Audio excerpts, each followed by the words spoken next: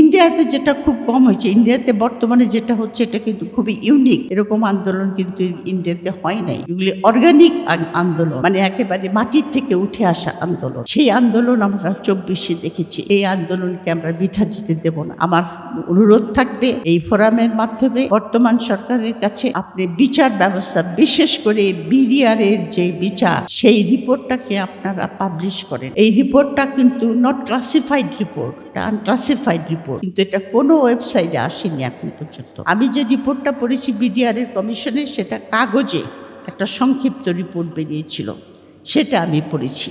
এবং সেটার মধ্যে উনি যে পয়েন্টগুলি দিয়েছেন, কিছু কিছু পয়েন্ট আছে, ডিটেলস অত নাই, ওনার কাছ থেকে শুনলাম। এবং উনি যে কথাটা বলেছিলেন যে বিডিআরের হত্যার সময় শেখ হাসিনাকে এখান থেকে নেওয়ার জন্য যে একটা ইন্ডিয়া একটা প্যারাট্রুপার্স রেডি করেছিল, এটা যে উনি যে শুধু আপনার ওনার ইন্টারভিউ থেকে পেয়েছেন তা নয়, সোয়াসের যে একজন ইন্ডিয়ান, উনি হ্যাঁ অভিষেক পালওয়াল, উনি কিন্তু তার আর্টিকেলে লিখেছেন এই কথা যে শেখ হাসিনাকে আনার জন্য প্যারাট্রুপার্স রেডি করেছিল। আপনি চিন্তা করে দেখেন যে একটা স্বাধীন সার্বভৌম রাষ্ট্রে, একটা রাষ্ট্রের সবচেয়ে গুরুত্বপূর্ণ আপনার একটা প্রতিষ্ঠান, সেটার মেরুদণ্ডকে সম্পূর্ণভাবে ভেঙে দিল এবং তার কোনো প্রতিবাদ বাংলাদেশকে সেরকমভাবে আসলো না। তা এটা আমাদের জাতির জন্য কিন্তু একটা অত্যন্ত হতাশাজনক ব্যাপার।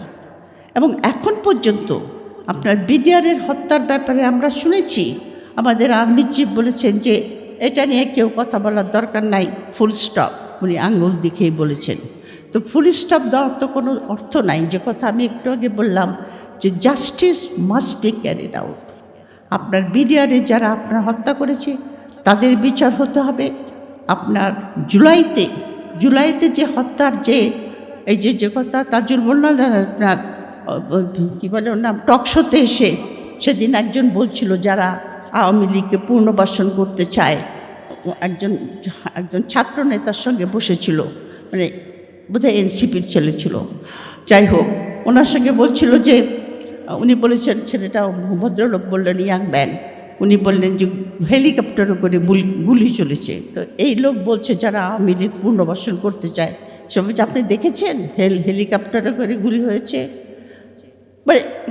মানে কতখানি আপনার কি বলবো আমি, বিবেকহীন এবং সম্পূর্ণ অন্ধ হলে এই কথাটা বলে।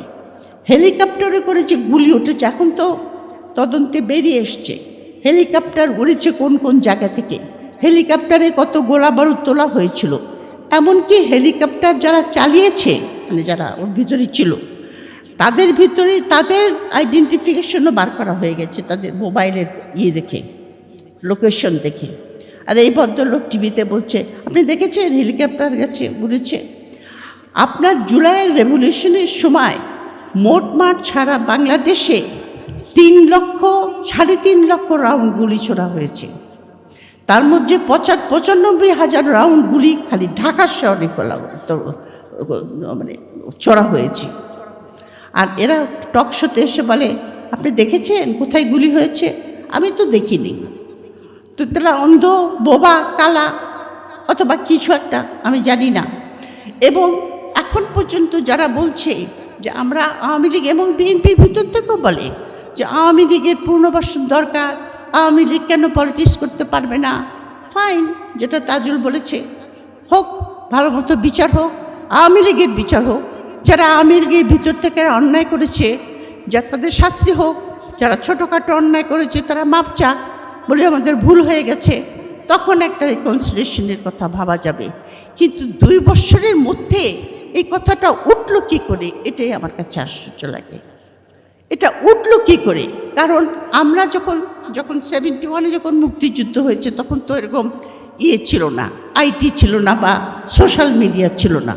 আমরা 2-একটা ছবি দেখেছি, বিবিসি টিভিসি আলাদা হয়তো টেলিভিশনে দেখিয়েছে, কিন্তু এই জুলাইয়ের অভ্যুত্থানটা তো আমাদের চোখের সামনে ঘটল। প্রত্যেক দিন আমরা দেখেছি যে কি হচ্ছে, আশুলিয়াতে কি হয়েছে, রামপুরাতে কি হয়েছে, আমরা তো এগুলি দেখেছি নিজের চোখে। এবং তারা বলছে যে না আপনি দেখেছেন নাকি, আমরা তো দেখি নাই। তো এনিওয়ে আমি আমার বক্তব্য দীর্ঘ করব না। আমি যেটা বলতে চাই সেটা হলো যে জুলাইয়ের যে আকাঙ্ক্ষা, সেই আকাঙ্ক্ষাকে আমরা বৃথা যেতে দেব না। আমাদের যে সমস্ত ইয়াং, আর এরা যারা সামনে বসে আছে এরা তো আমার বোধহয় ছেলেও না, মানে নাতির বয়সী হবে।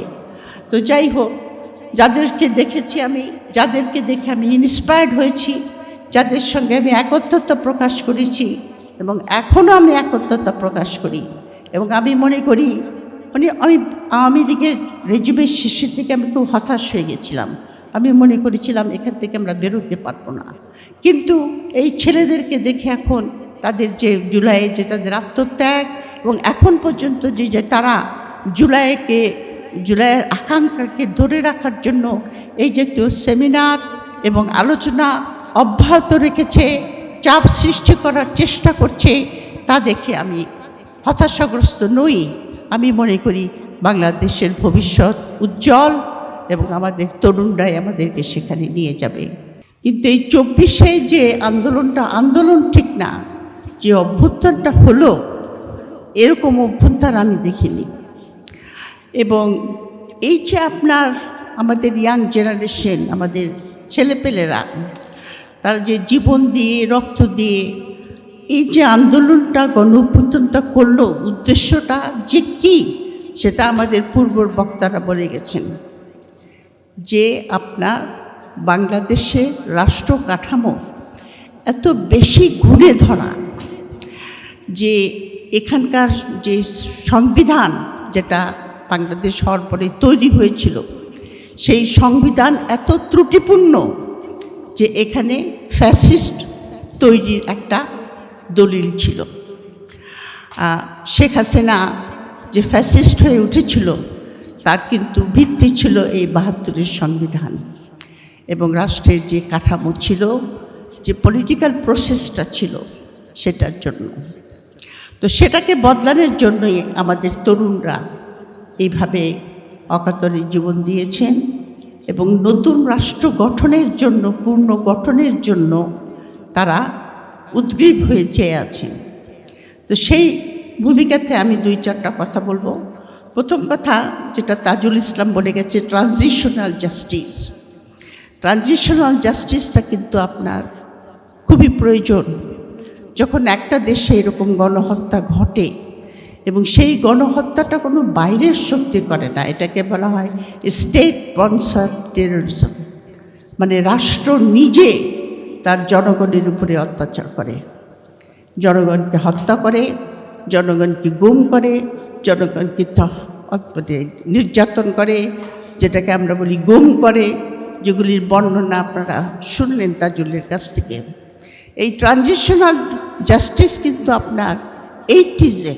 1980-এ আর্জেন্টিনাতে হয়েছিল, চিলিতে হয়েছিল।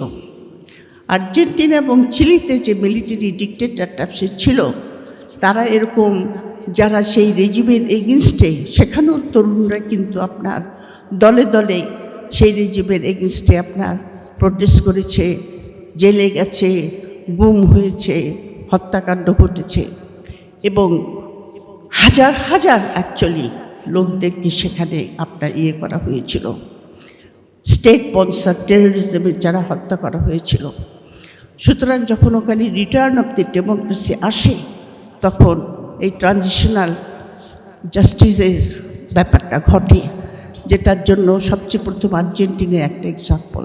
এবং তারা সময় নিয়েছিল কিছু, কারণ নানা রকম একটা সমাজে যখন এরকম একটা নারকীয় ঘটনা ঘটে, তখন কিন্তু নানা রকমের কমপ্লিকেশন বা কমপ্লিসিটি দেখা যায়, কিন্তু একটা মডেল হিসেবে দেখা দিয়েছিল। যে 5টা স্তম্ভের কথা তাজুল বললেন, সেই 5টা স্তম্ভই কিন্তু তারা করেছিল, এস্টাবলিশ করেছিল পুরোপুরিভাবে।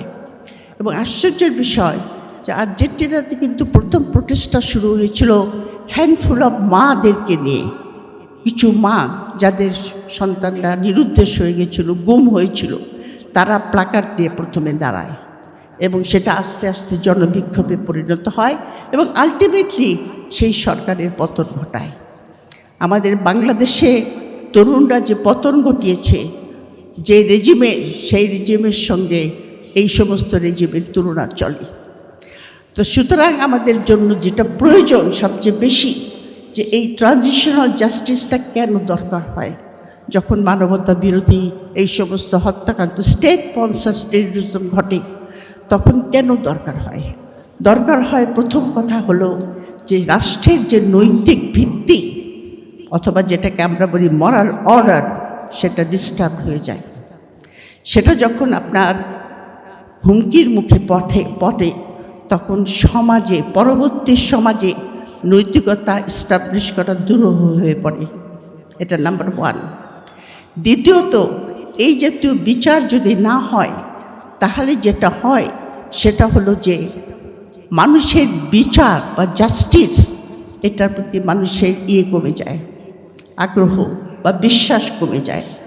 আর আমাদের জানতে হবে যে জাস্টিস, বিচার বিভাগ কিন্তু আপনার মূল ভিত্তি একটা রাষ্ট্রের।